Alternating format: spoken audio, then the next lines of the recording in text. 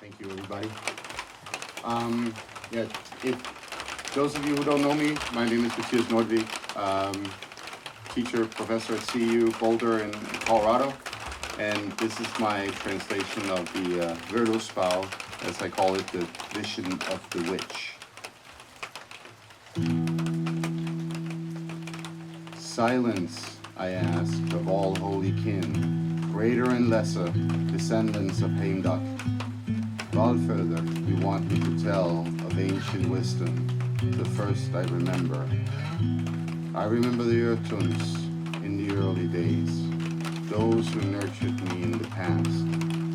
I remember 9 worlds, 9 goddesses, mighty measuring tree below the ground. In the early days when Ymir lived, there was no sand, no sea, no cool waves.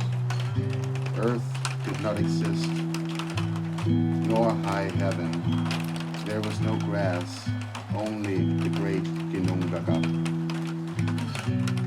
Until the sons of Bor raised the ground, they created mighty Middle-earth. Sun shone from the south on the hall stones, and from the ground greenery grew.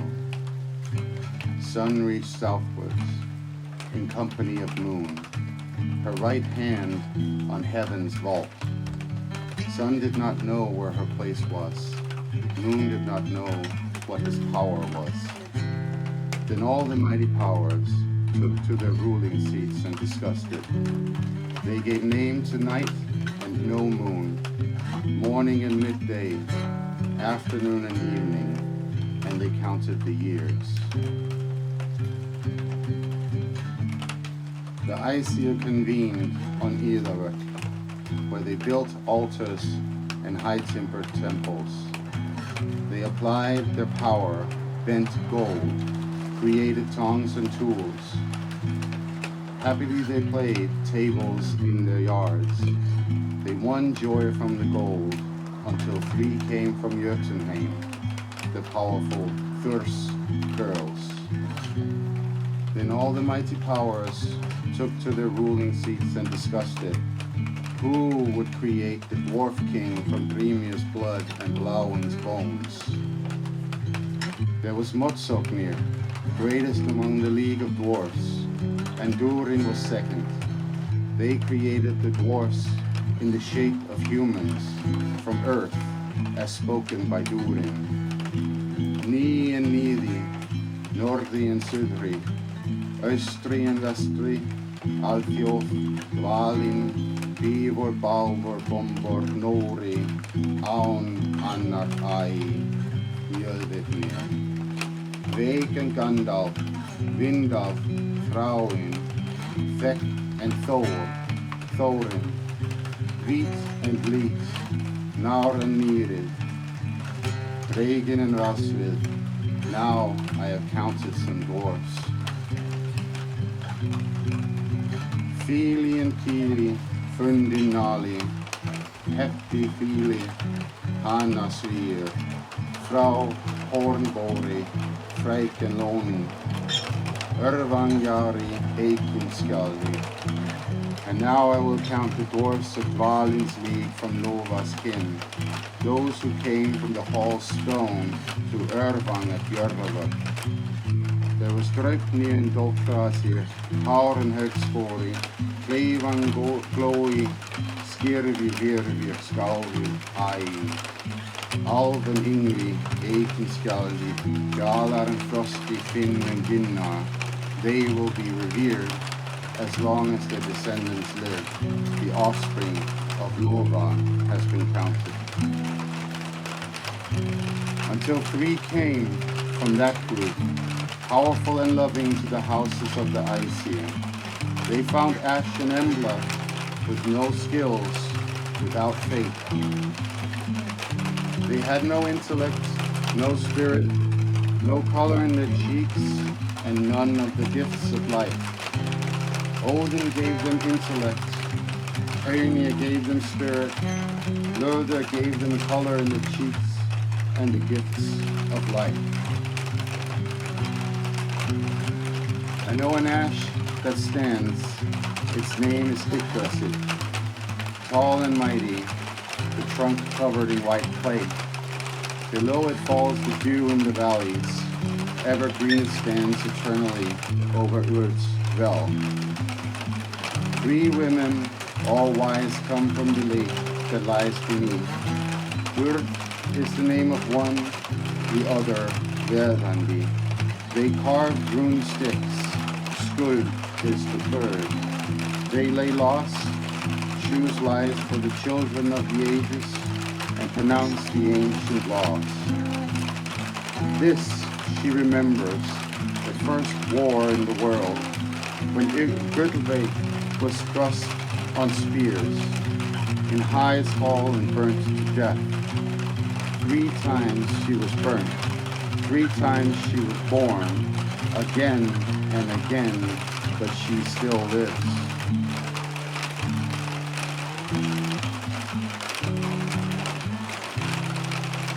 She was called Hyldyr when she came to people's houses. She gave soothing readings. She was skilled in spirit magic and savor. She used it where she could. She always attracted the attention of evil people. And all the mighty powers took to their ruling seats and discussed it. Should the Aesir keep the tribute to themselves, or should all the gods share in the sacrifices? Odin hurled his spear straight into the army.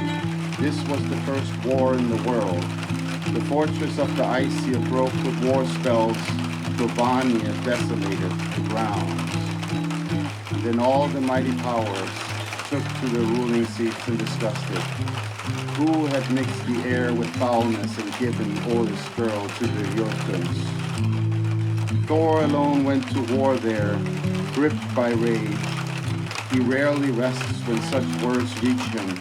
Oaths were ignored, words and affirmations, all great pledges that had gone between them. She knows of Heimdall's hearing, hiding under the high and holy tree. She sees the white clay flowing from Balthur's flesh. Would you know more, or what? Alone she sat outside when the Old One came, the Aesir's menace, and stared her in the eyes. Who challenges me, who questions me? I know all, Odin, where you hit your eye in Mimir's well. Every morning Mimir drinks from Balthur's flesh. Would you know more, or what? Herfurther chose for her rings and jewelry, wise words and divinatory spirits.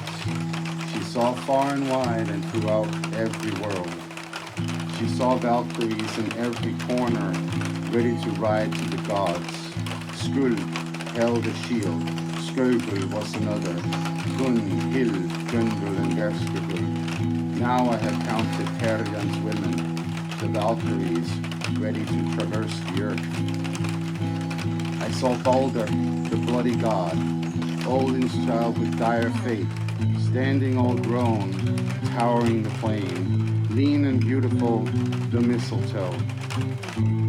He came from the tree that seemed so slim, the dangerous harm arrow. Hyldyr took the shot. Baldur's brother was born quickly. Thus Odin's son took to killing only 1 night old. He did not wash his hands or comb his head until Baldur's killer was carried to the pyre, and Frigg wept in Fensalir for Valhalla's woe. Would you know more, or what? Then strong Vali twisted the death bonds. The bludgeoned captain was held down with his guts. She saw a captive lie under the boiling grove, a malicious being, Loki undoubtedly. There Sigyn sits in sorrow over her husband's misery. Would you know more, or what? A river falls in the east, into the poisonous valleys with knives and swords. It is called Sleep. There was a hall in the north, on Miðavör. built from gold by Sindri's clan, and another stood at Okolnir, the beer hall of the Jötuns, and it is called Grimir. She saw a hall standing in the distance on Naustern. The door tilts to the north.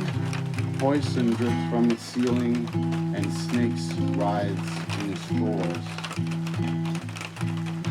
There she saw oath breakers and murderers wade the heavy streams, and with them all adulterers. There Nidhurk sucks on their corpses. Men are torn by the wolf. Would you know more, or what? In the east sat the old one in ironwood and Faustus, Fenris' offspring. One of them will become Moon's thief in the guise of a troll. He fills himself with blood from damned men and reddens the dwellings of the gods with red blood. Sunshine becomes dark that next summer. Great misery comes next. Would you know more, or what? Happy Ekther, the troll herder, sat there on a burial mound and played his harp. Not too far away in Gallowwood crowed a light red rooster. His name is Fjala. Among the icy crowed Gutling country, he who awakens Herjaföder's men, and another one crows below the ground, an illness-red rooster in hell's halls. Garm barks by Gnipahetlir. He rips his chains and runs in rage. Much she knows ahead, I see further, to the fate of all, the destruction of the gods.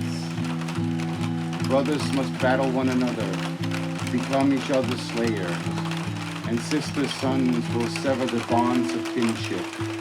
There will be hardship in the world and much boredom.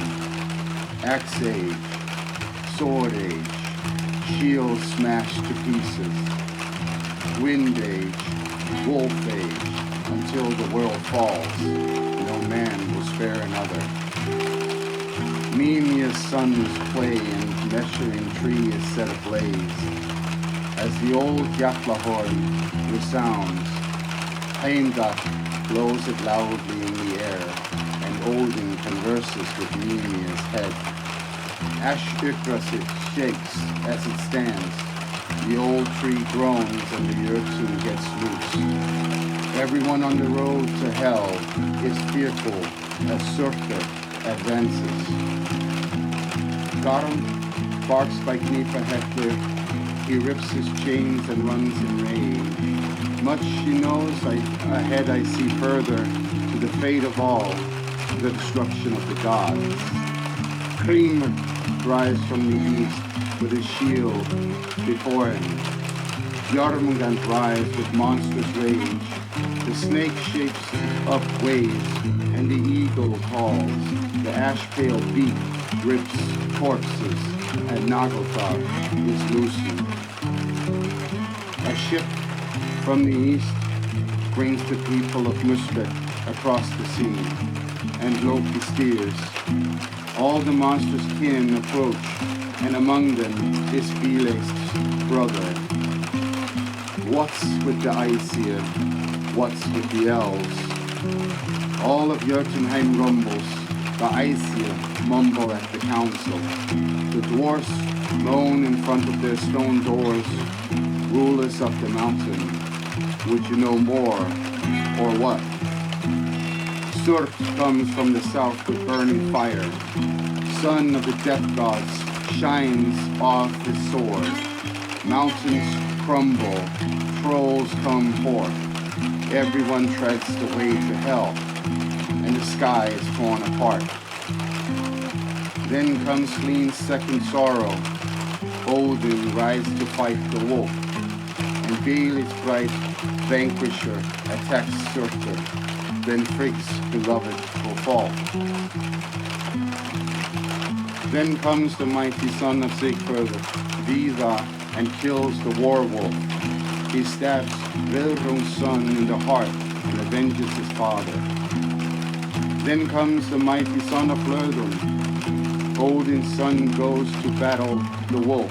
In a great rage it strikes Midgard's protectorate. Everyone flees their homes. Björgun's son walks 9 steps and falls to glory. Sun darkens. Earth sinks into the sea. The stars are blown from the sky. Steam billows and high flames touch the sky itself.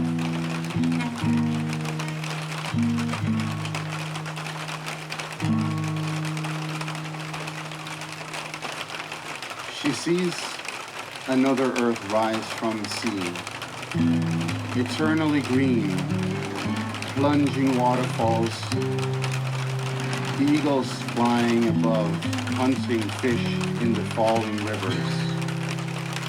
On either of it, the Aesir find each other and discuss the mighty world shrouder. There, they remember the powerful secrets and Fimbultur's ancient runes.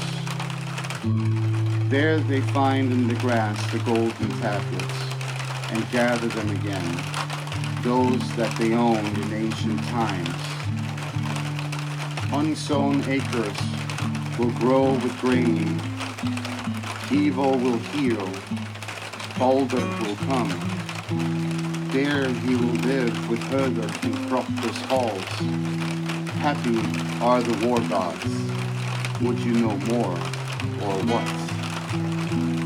Then strong Hyldyr will choose sacrificial wood, and the sons of the 2 brothers will build homes in the wide wind world. Would you know more, or what? She sees a hall standing, brighter than the sun, thatched with gold at Hymir. There, the capable leaders will live and enjoy life all days.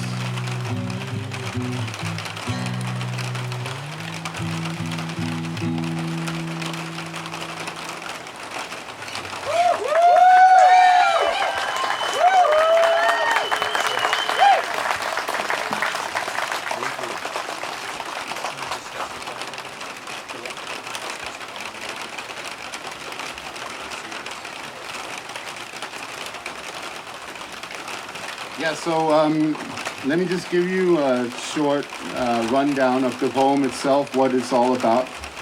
Of course, this poem is one of the primary sources we have to Old Norse mythology. It might have been composed in some kind of original form already in the 900s, in the late 900s, so in the Viking Age. And then it was written down possibly in the middle of the 1100s. Now that version that it was written down in the 1100s, we don't have that. It's not, it hasn't survived. But we know that Snorri Sturluson, one of the primary authors of Old Norse mythology from the medieval period, from the early 1200s, he used this poem as one of his primary sources when he composed his text. We also have it in another copy in the manuscript called the Codex Regius, or the King's Book, from 1270, so that's somewhat later. And then we have it in a third version in a book called Hyldyr. And so, you know, when you're doing a translation of this material, you have to sort of look to all of these 3 versions that are present, because they are different in different ways. They leave out some bits here and there, they change some bits and so on. And the one in Hyldyr book also seems to have like Christ showing up at the end. So the author of that book might have like looked at this poem and thought to himself, this poem needs Christ. So that's one of the complexities that you're dealing with when you're making these types of translations and working with medieval literature. Now, The content itself is, I would say, quite interesting. It's obvious that the most interesting thing for the composer has been Ragnarök, the end of the world. About 2/3 of the poem are sort of within that theme of everything is going to hell. But we also get details about the creation of the world.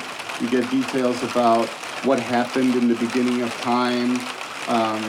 A little bit about the different figures, mythological figures, and the clans, or whatever you want to call those, Icy and Vanya, that are present there. And it's also quite interesting to see that we can actually see some of the imagery mentioned in the poem reflected in rock carvings from the Viking Age. There's the Gosforth cross in England, in Cumbria, that very obviously depicts, for instance, the scene where Loki is bound underneath the earth and his wife Sigyn is holding a bowl over his head to protect him from venom from the snakes. There's an image of Odin riding towards the wolf, and a couple of other things that are present. So we can definitely see that a lot of this material was present in the Viking Age. It was circulating, people knew it, but we can't really say that this poem is from the Viking Age because the written versions are so much later. But it is this very interesting deep glimpse into what they thought and how they thought about things. Now there's a lot you can say about the theme of an apocalypse where the gods die. Some scholars have interpreted this as a early Christian poem that explains why we're now converting from the pre-Christian religion.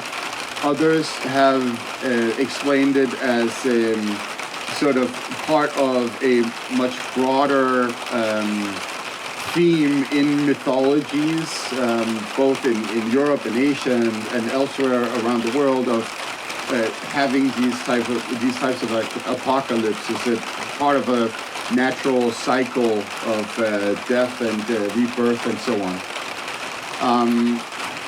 There are some of the stanzas in the poem, they do mirror some Christian literature from England. So it is possible that there is a decent amount of Christian influence on it, but I'm one of those who favor sort of a syncretic perspective on it. And actually, I like the notion that this might have been a person who was thoroughly non-Christian, who composed this, but had an intellectual background, some kind of intellectual knowledge of Christian literature, and used that to beef up a very metal poem, if you ask me. So yeah, that's sort of a couple of details on that.